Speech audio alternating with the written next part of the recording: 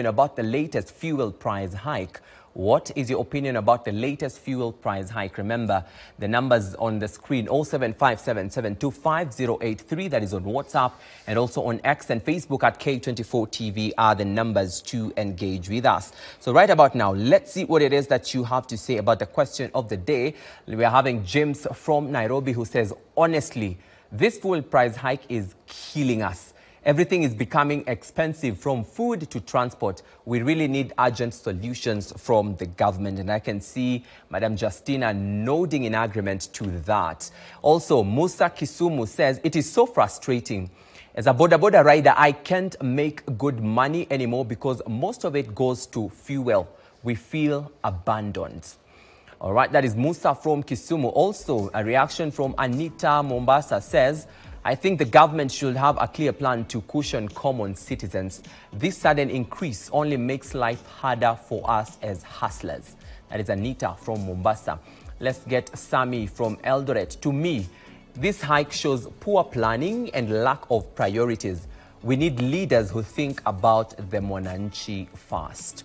That is Sami from Eldoret. Let's also get Caro from Thika saying the price hike is forcing her to start walking to work. It's not sustainable at all. Something has to be done. As Caro from Thika, also Lucy from Nyeri saying it is high time we invest in alternative energy sources. We can't continue relying on fuel when prices are unpredictable. That is Lucy from Nyeri giving us a solution. Peter from Machakos says, this hike is a big blow to small businesses. Many people will close shop because they can't afford transportation costs anymore. Okay, and on that note, maybe we can just get Justina, your reaction based on the comments that we have read. It's clear that it's not a political problem you're facing an economic problem. And that is why I was saying government should look into that 37% they tax in fuel and lower it. Because yes, we will not control OPEC prices, we will not control the landing price of fuel here, but they need to control the 37%. Similarly, we were told about the Ngamia ones in Turkana. Why have we never invested as government? They are always taking loans. That should be a project that we should have invested in, so that when we have our own fuel, I think the cost would be lower. So the government needs to realize that Kenyans know the problem is economic. It is not political, and they should give us solutions. Great. Yes. Let's now continue with what we were looking at. There's also a big story this morning that is going around the country, and I believe you have seen it. Yes. Deputy Inspector General of Police Eliud Lagat is being said to have resumed office. And even before the investigations are concluded, IPOA says that they have not exonerated him from the charges. But again, Inspector General of Police some time ago in a daily or in one of the dailies comes out and says that, yeah, DIG is free, he can walk around. I think, one, what Kenyans should realize, that position is lucrative, it has benefits. If he was not benefiting in any way, I doubt he would be getting his way back to office. Number two, that goes to show that it doesn't matter what Kenyans say, it doesn't matter what Kenyans do. Those who are in authority will do what they want. And that is where we fail in matters accountability. I mean, you've been mentioned in this. Allow investigations to continue. What is the hurry for you to go back? Then it's the benefits you're getting out of there. I think these are the things that when Kenyans say, or the youth say, fagia water, it should include even the police force. I know there are police who are educated, police who are passionate, police who want the right thing, who want to do the right thing, but because they have no connections, they don't get the promotions, unfortunately. And that is where we end up having characters who have no integrity, who are just out there to benefit. So the big question should be, what is he benefiting from that cannot allow him to stay away from business? Or from work. And when you view it from the point of justice delivery, what does this mean? Is it going to derail the delivery of justice or even overthrow the delivery of justice, because he is at the center of the investigations when we look at it at the lens of justice? Most definitely, because now there is conflict of interest. He'll use his power to do everything possible to exonerate himself, including throwing people like Akina Mohuana and Talam under the bus, because he's not there. And that is what we lack in this country: the integrity, the accountability, the transparency, the acceptance that, yes, I've been mentioned, fine, I might be innocent, but let investigations take their course. So what is the hurry for him to go back to work? Most definitely he's benefiting. And maybe if the late Ojwang came up with that headline that he was told he came up with, then the headline must have been true then. Because what is this incentive for him to go back to work? He is benefiting, definitely. So we've seen IPOA says they have not exonerated him. Yes. The IG comes and says he has been exonerated. So who is telling the truth from where you sit? Ama tunabebwa tu ufala. I would believe IPOA because they're independent. The IG, there's conflict, obviously. This is his junior, so there's a conflict in terms of relationship. They should have let IPOA, that is independent, to finish investigations, and if they're clearing him, to clear him. Somehow they would have been trusting the process from the mind of the Kenyans. But when the IG tells us that he's free, then clearly, even him, he doesn't know what he's doing. He should even tell us whether he's being coerced to say these things. Is he free to do what he's meant to do? Is he free to do the right thing? I doubt. And on that note, do you think the state security apparatus, most especially when we look at the police, have they become unreliable when it comes to matters protecting lives and property, especially at the hour of need, let's say during protests? Theo, it doesn't go wrong. It starts wrong. And that's why I mentioned that if I become president, people from my village will tell me, Justina, what have you done for us? And I'll tell them, bring your children to the police force. So when they come there, they're aligned to Justina. They're not aligned to the calling of law and order. They're aligned to the fact that Justina or Rais got us here. So when we recruit people for purposes of they need to be loyal to me, then it gets lost on their role. So even when these police are coming to protect and to fight and to control riots, the police are doing it because they are protecting the person who got them there. And that's why we have to look at meritocracy. Theo, let people who have the passion, the vision, yani someone who wanted to grow up to be a police person, those are the people who will do the right thing because it's a calling for them. But unfortunately, because the economy is not working, people have no options. You're just forced to do something because someone has gotten you there. And then when it comes to execution of your duty, you do it without due diligence, and then we have the situations you're having. Because when you look at some of these police, they're so bitter when they're handling the issue of demonstrations. You wonder, why are you this bitter? It goes back to the loyalty. Who got them there? Yes. And we have seen junior officers being left alone. The case of Clinzy Baraza, as you've mentioned, when he was being charged of murder because of the murder of Boniface Karaoke. And those leaders who gave the orders are nowhere to be seen standing by them. Your message to junior police officers who are watching us this morning, what do you have to tell them? I'll use an example I see on movies like The Rookies. Do you see The Rookies? The junior police have a welfare for them. They have their own welfare representative. I don't know whether they have, but they need to strengthen their own welfare so that even when something is, because most of the police work on order. So how are you protected from, my boss is ordering me to do this, but I feel it's not right. So when they have their own welfare or their own union, it cushions them from being victimized because they didn't follow orders. So we need to, even in the police force, they need to be given the latitude for them to have labor rights for having unions that protect them. Because if Clincy, maybe he was doing it because it was an order, maybe he was afraid he might lose the job. But if they had a union to protect them, I believe they would have done what is right. Because even sometimes I meet some police who are my neighbors, they're junior officers, and you ask them, oh, Jenda Mandamano, they're like, where me, I'm running away today, even said I'm sick so that I don't go to work. They're instead of coming to fight the citizens, they prefer lying. They're not feeling well. So it means they're not unionized. It feels they have no welfare to protect them against orders that are not within the law.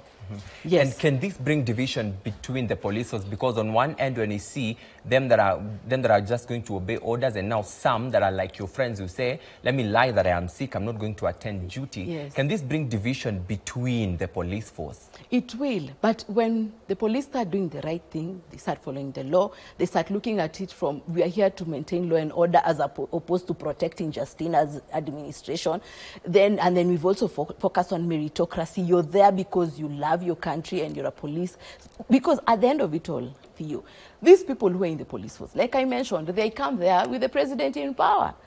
People from the village, my village, for example, I bring them there. They are not, it is not their calling. When we start allowing that there are so many opportunities, you can choose My real calling is to be a policeman, a policewoman. I'm going to do the right thing. And I'm not saying all police are bad. Theo, you've met police who are educated, they have ideas, and I'm sure when they try to push a solution even within the ranks, they're seen like they're not doing anything, because who got them there at the end of the day? They have no godfather. But if we allowed professionalism, meritocracy, and opened channels even for allowing police to think and come up with solutions within themselves, I believe things would be different. Your message to government this morning, because we've seen police officers who speak out end up being given transfers to one of the farthest places of this country. There was actually a case of one police officer who spoke out recently, and he was transferred all the way to Todonyang. What is your message to the government about this? The government should realize, even when the police start giving feedback, then they have lost the plot. They're not doing so because they're fighting you. I'm so sure if government started working, and I mean if National Assembly and Parliament is working, I believe if the executive is working, I believe they're working in conjunction with the judiciary, the three arms of government, feel Kenyans won't complain, because they will see, they will even feel the service delivery. So when they're given feedback, they should realize it's what Kenyans are aspiring for their country. It's not an issue of, oh, you're disrespecting. That makes you look like you're still stuck in the 80s, in the 90s. And it's an era of information flow. Yes, we are doing this, but this is feedback. So I urge them to look at it from a positive perspective of, we are learning, we are getting feedback, and this feedback will enable us to give us solutions to the problems Kenyans are mentioning. Yes. We understand you're quite enlightened on an aspect, and maybe we want to hear some 2 or 3 things from you. Can the president, a cabinet secretary, or a member of parliament issue orders to the police? I think they are not meant to. Remember, the first executive order the president made after he was sworn in was allowing independence of the police force in terms of budget. Then why was he doing that? Because he made us believe that he will never control the police force in terms of giving directions. So when a CS Murkomen goes and says shoot them, and then another MP goes, the Belgut MP says shoot to kill, and the president says shoot their legs, is it within the constitution? And some of these things, people like Bridget Njeri were shot at home. That is something we need to realize. She was not demonstrating. So how are they, when they give such orders? And like I said, those ones who are loyal to the person who got them there, the police who are loyal to them, will do it because they have protection from the Godfather. So I think we need to allow the independence that the president had envisioned, to let the independence flow. That's why we're even seeing the IG telling us that the deputy IG can move around. Then probably he's being controlled or coerced to say that. And maybe he knows it's wrong. So we need to, we who are in positions of influence should allow the police to handle their own issues, operational issues, technical issues. The only role of CS is not to give the strategic direction of what the cabinet proposed. But all other operational and tactical should let the police handle it. Yes. All right. And now, are Kenyans on their own now? Because you said that provision is not in the constitution. Does it mean now our leaders are constitutionally illiterate, starting from the president to a cabinet secretary to a member of parliament? Now, are Kenyans on their own? Because if just leaders like the president will just decide to disregard the constitution, where does this place Kenyans on the scale of accountability? The Kenyans are on their own, Theo, because when we look at the motivation of these people who are in the legislature, the executive, I believe they were not motivated towards serving the people in Kenya. They were not motivated. Their motivation was to use their power either to protect their businesses, to make money out of it, and that is why you see they talk the way they are talking, and they end up being very bitter about it, like it's an issue of a matter of life and death. You know, being on that seat is now, if you lose the seat, you're going to die. And they need to remember it's about public service. So Kenyans are on their own because, Theo, when the economy is not working, the only place that is lucrative is politics. So it becomes cutthroat competition. And you have to protect your staff around the area that you are, where you're benefiting. Unfortunately, Kenyans are left on their own. You've mentioned a matter that we saw a minor shot to death. And you've said that she was not even protesting. She was at home. Now, there are calls to send President William Ruto to Hague or the ICC. Is this a good cause in the seeking of justice? Because it has been done a while again. We used to say, don't be vague, let's go to Hague. If that is the channel that Kenyans feel they should take and it will be more independent, then why not? Let them explore. The president can go and defend himself there if he feels he's doing the right thing. But he should just let Kenyans do what they feel is a channel to air their grievances. Yes. And we had the former deputy president also say that, number one, they've already started gathering evidence that they think are enough to incriminate the president. I'm sorry, but anything the former deputy president says, I see it like it has no value in today's Kenya. He is the one who was campaigning for this administration. Clearly, if he was still in the administration, if he was still eating, we wouldn't hear him. He would be telling us about shares. So I feel he's just a bitter ex who is just trying to get back at the ex. So what he's telling us is null and void. He can collect evidence, that is fine. But what is his motivation? It's not about making life easier for Kenyans. It's about getting back at this person they were together with. Before he got kicked out, he said one of the reasons that got him kicked out was because of disagreeing with the president for the benefit of Kenyans.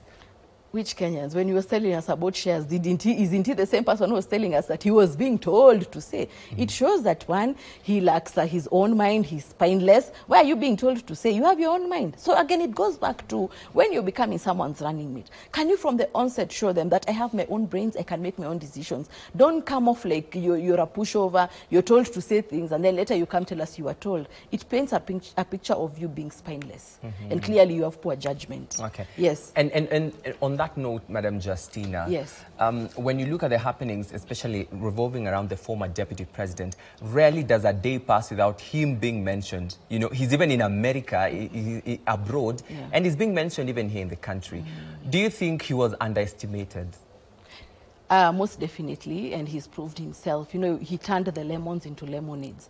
But one thing I would advise government, at this point, getting into a mudslinging competition with him, they are losing more bonga points than him. He has nothing to lose. If I were them, I would not really focus on him. They're the ones who built him by giving him the clout, the conversation. Why not? Because they're telling us they have worked. They should focus on showing Kenyans, this is what you're doing. Ignore this one, because the more they talk about him, the more they're building him. Though they had underestimated him, and he's proved himself. Yes. All right. And still in that line, when you look at the united opposition, they are saying they are the solution to Kenyans, and one of the biggest solutions they are giving is the one-term momentum or the one-term movement. Kenya is now 62 years old, Theo. If we want to thrive, not survive, if we want to thrive the next 62 years, we don't need an opposition. We need an alternative. The alternative is, this is the problem. Yes, he's going, but this is what we're offering Kenyans. They have not yet gotten to that point. They're not telling us the solution. And that is why I said, Kenyans will definitely vote for them overwhelmingly. And then we'll get to this position that they too must go, because they do not know what they are doing. They are not giving Kenyan solution. For them, they feel going is the solution. And then who is going to put in the work? We expect them to put in the work. So we don't need an opposition. We need an alternative that comes on TV. They have the platform from all media stations. They come and tell us, this is our proposal. But telling us to boycott businesses, that's a Raila cookbook rule. They need to tell us new things. Why are we boycotting? These people pay taxes. These people have employed people. Aren't you feeling the heat that Kenyans are feeling? So we don't need an opposition. We need an alternative that gives solutions. And talking of alternatives this morning, there are calls for us to have dialogue in the country. Do you support the call, or should we give dialogue a chance right now? No, Theo, we shouldn't. Number one, this administration was voted for overwhelmingly because they told us they have done economic forums, they've collected information from Kenyans, and Kenyans have told them what they want. So one, they have information. They came up with a manifesto that Kenyans voted for. Number two, when Kenyans were voting for their representatives in the National Assembly, Parliament, including the President and the Executive, they were seen to know what they are doing. So why are we having another conversation? They should be acting. And like I insist that at their level, the strategic level of decision making, it is assumed that you're using your brain to come up with solutions, and that is why you earn large salaries. So coming back to tell us about dialogue, you're not helping us. You are given the job, you are earning a salary for what you're meant to be doing, to use your brain. Use your brain, give us solutions. We don't need to have a conversation. We don't need. Look at the results of NADCO. What happened? Instead of having people going around eating allowances, can they just do their job? Kenyans had told them during economic forums, let them give us solutions by acting in terms of policy and legislative proposals. So you firmly say no to dialogue? It's time wasting. Okay, yes. Dialogue is time wasting. Yeah, it's time wasting. Okay. Yeah. We've also seen another very controversial debate going rounds around the country. Allies to President William Ruto are saying that they are going to rig the elections. we've seen quite a number of notable names, and even the names are on one of the dailies this morning. There is Baringo North Member of Parliament, Kapsaret MP Oscar Sudi, there's the recent one, Wajir Women Representative, and Tiati MP William Kamket. What is it that they know that Kenyans don't know, that they're speaking with such confidence? They should know that there's something that Kenyans know that they don't know. Already they have displayed their weakness. The moment you're saying you're going to steal, then clearly you've lost it. So you're trying to just show Kenyans, oh yes, there's nothing you're doing. And I want to urge Kenyans, this is a narrative they've always used, that they're going to steal votes. Please go out and vote. Remember, even in the polling stations, how they look. There are only 700 of you. Theo, where you vote, you're only 700 of you. So Kenyans should go out and vote. This is just propaganda. It's not adding value. We need an economic solution to our problems. So one, I think, I'm wondering where the EACC has not started investigating them, but it is just propaganda to discourage Kenyans from voting. They need to register as voters and volunteer as party agents to protect votes. Yes. And I can see Remy has already joined us just to tell us we should be winding this up, because she is just about to come up with the next segment, which I believe she's going to be telling us what it is that she's going to handle. But still, on that note, Madam Justina, we want to understand we have a new IEBC in place. Yes. Do you believe they are going to deliver a free, fair and credible election from where you sit? I'm big on giving chances to people. We've not seen them work before. We've not judged them. Can we allow them to do their work? And then Kenyans are saying, oh, we might not be allowed to register as voters. If IEBC does the boundary delimitation, then we have to register again. There'll be massive voter registration. So Kenyans have to register. So I think we need to give them a chance. Let us judge them from what they have done, but not what Akina Chebukati were doing. That is the tragedy in this country. So we should open a new book and a new chapter. Yeah, and let them do their thing. So you have confidence that they have the ability to deliver a free, fair and credible election? They have the papers. They were presenting themselves well. They were speaking English, impeccable English. Let us allow them to do their work. Then we judge them. Yes. In under 1 minute, there is one thing that I saw you, you are very vocal on it online. Yes. You spoke very vocally about the resignation of President Ruto's senior economic advisor, Moses Kuria. Yes. Is there more than meets the eye about his resignation and a number of officials in the government who resigned? I think they are being brought out here to be, do we call them snitches? They are there to scuttle the opposition. And like I said, Kenyans shouldn't look out for people who are just opposing. Look out for people who are giving solutions as the alternative. Okay. Yes. I understand Remy also has something for you, Madam Justina, this morning. Remy. Yes, indeed. You spoke about, aspects of the opposition. Yes. And, during the paper review, one of the things we highlighted is, Matiang'i, yes, former CS Interior. He, of course, has put out his presidential bid and also said that he's getting threats, that if he does not run for the presidency, then he will be run out of the country. And also do remember that, former CJ Maraga is also from the same area that he is from. So when it comes to, the young people and the kind of leadership they say they want, the kind of issues they say they want tackled, what do you feel about, the united opposition and the kind of leadership that we are seeing from their end? To Matiang'i, I think the running for president should be his own initiative. He shouldn't feel coerced, because at the end of it all, it should be his own motivation. The fact that he says he is motivated. He is, but again, who will run him out? The citizens. I don't know whether it is the citizens who will run him out. But what I want to say is that the two of them, having come from the same area, then they should compete on policy proposals and legislative proposals. May the best person with the best proposals win, instead of, as opposed to saying this tribe. And I want to tell Kenyans, the fact that there's a Kikuyu in power or another tribe doesn't add value. We need to go and then, what is this Kikuyu doing with this tribe? What are they proposing to make life easier for ordinary Kenyans? So it should go beyond the opposition just opposing and giving solutions. Yes. Okay, in under 30 seconds, Madam Justina, are there plans for 2027 for you? Yes, they are. But Theo, I'm a small fish, so I swim low. Because if I swim high, the sharks will come and bite. Yes. So in 2027, that's when you're going to come out and reveal. At that time, Kenyans will see my intentions. All right. Okay, then thank you so much for being with us this morning. And of course, coming up after the break is Amka Vibe Check.